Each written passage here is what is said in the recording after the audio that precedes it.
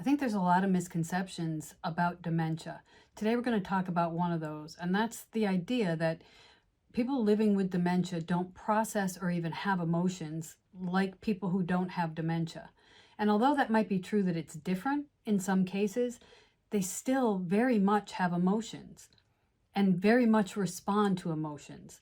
As caregivers, if we operate with that assumption that they don't process emotions or they don't pick up on our emotions or they don't have emotions like everyone else, it really affects our caregiving. It's less connected. It's more automatic. We might say things, we might emote certain things that we're unaware are having an impact on our loved one. So in today's video, that's what we're going to talk about. But before we start, I'm Tammy Provenzel. I'm a physical therapist and a life coach for caregivers. Our healthcare system is so lacking in guidance and resources for caregivers, especially of an aging parent. So I started this channel to be a resource. A lot of recent studies show that people living with dementia maintain the ability to feel emotion and to process others' emotions. Some of these studies are actually showing that when it comes to things like emotional memory retention, which means their ability to remember something for a longer period of time, when it's attached to an emotion, they're better able to do that. They're more likely to remember something when it's attached to an emotion, just like all of us.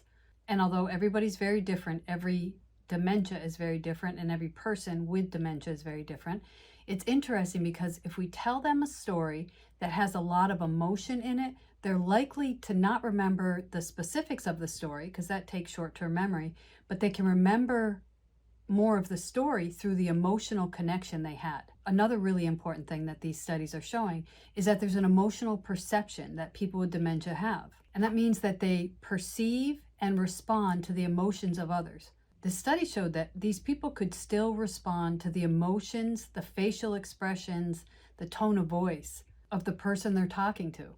So they could empathize with them and they could emotionally connect with them, even if they can't remember the person's name. Another thing that this research shows is that there's a behavioral response to emotional stimuli. If your loved one has historically had a strong emotional connection to music, use it as ways to connect and help with their mood.